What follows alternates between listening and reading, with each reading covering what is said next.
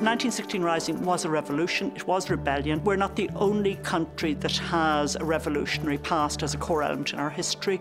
Let's acknowledge that, let's not apologise for it, let's not get overly ashamed by it. Let's examine what that means. When you get small groups actually rising against impossible odds, this is heroism, but it's something heroic that transcends the immediacy of mundanity. The events of 1916 were a seminal event in world history. The events of 1916 are in themselves a great story. There's the drama, there's the whole aspect of revolution. That is a story which lends itself to a dramatic retelling.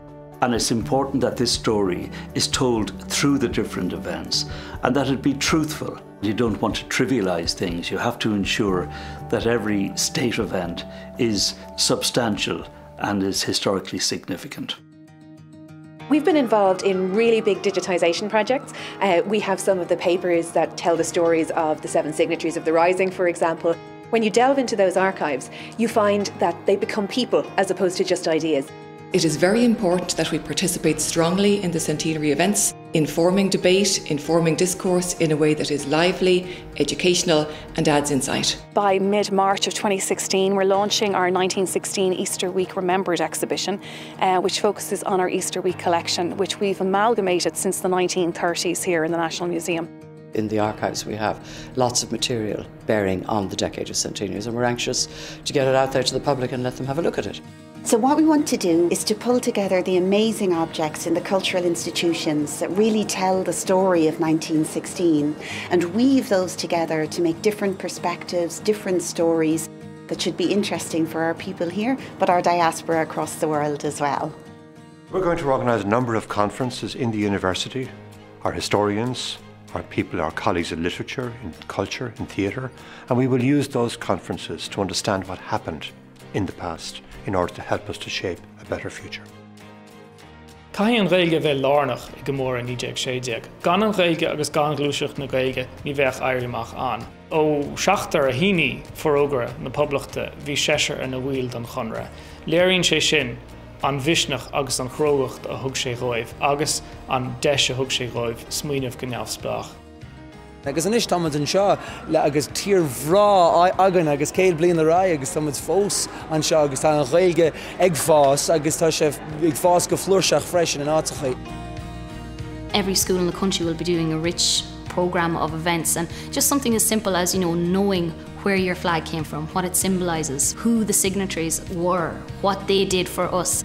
2 major initiatives for schools are an ancestry project which asks students to trace their family's roots or another family's roots back to 1916. We also have Proclamation Day, which is going to take place on the 15th of March 2016, and this is a really exciting opportunity because it's the first time that every educational institution in the country will be asked to put time aside to focus on a specific event. So this is groundbreaking. It has fascinated me how interested they've become in it. It's like there's a newfound interest and pride in being Irish and remembering. One of the projects that's been done for next year is to get all the schools in the country to write their own proclamations. So what would inspire the youth of today as those leaders of the revolution were inspired in 1916? All of those that were the signatories of the proclamation were also artists. So they were looking for an alternative way, an alternative voice, and an alternative Ireland. And that's what artists are still doing to this day, 100 years later. Godain bhí cuidadár ar an hénig, aisteoirí agus banisteach státe agus cuidá ar an páirteach an Éirí Amach na Cásca hénig ina measc Sean Connolly agus Marnie Hewdig.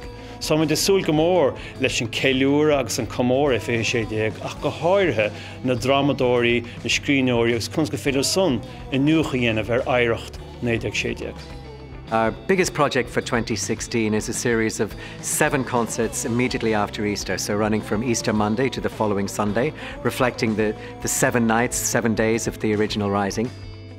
We plan to kick the year off with very large-scale drama, 5-part drama called Generation. This is one of those kind of legacy projects. It's a national project. It's a project that will be here for years to come. Someone that I'm tremendously excited about, and one that I hope will get the country talking early in the year and then spring on to the live events later in the year. There's a very full and rich programme planned for 2016 here in Ireland, and that is definitely going to be replicated across the United States also.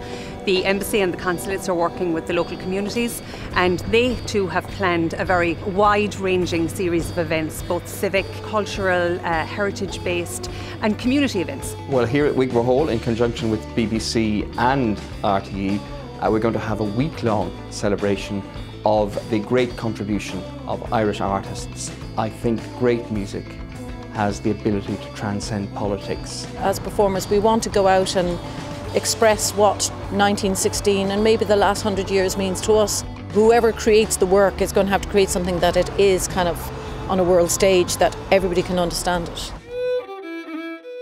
Be clár cuimhneachán cuimhneachán ag an ggóiltas fud na tíre agus thar leabhar freisin.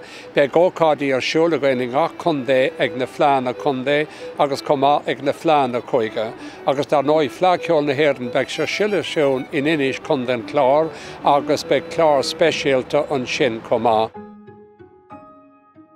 Well, all communities will have their own stories. You'll have people who have relatives who've been involved in 1960, and it's about bringing those stories to life. It's about telling those stories, and it's about engaging all the communities in that process. An bhliain se thug in 2016, baimid ag reachtáil argamórta sin an príomh rud a dhéanann cumann luath le scéal, ach chomh sin, baimid ag féach an siar ar na stair na rudaí a tharla sa bhliain 1916. All the local authorities are getting involved directly with a number of programmes through the library service, the art service, the heritage officers, the county archivists and so on. We have community and enterprise sections. So there's an awful lot of direct contact with the local community, and the local authorities are best placed really to make sure there is animation and ownership at local level. This is really a year for everyone to become involved and to exercise everybody's imagination, sense of connection. We want the message to be carried along the highways and byways. This is truly a year for everyone to celebrate their Irishness. History illuminates the past and makes us rethink the present. What W.B. Yeats said when he first heard about the Rising was, "We cannot be sure of anything about the future now, except that it will be nothing like the past." So there's a whole mosaic of stories to be webbed together in one great panoramic tale. And it's not a question of judging, it's a question of telling, recounting, analysing.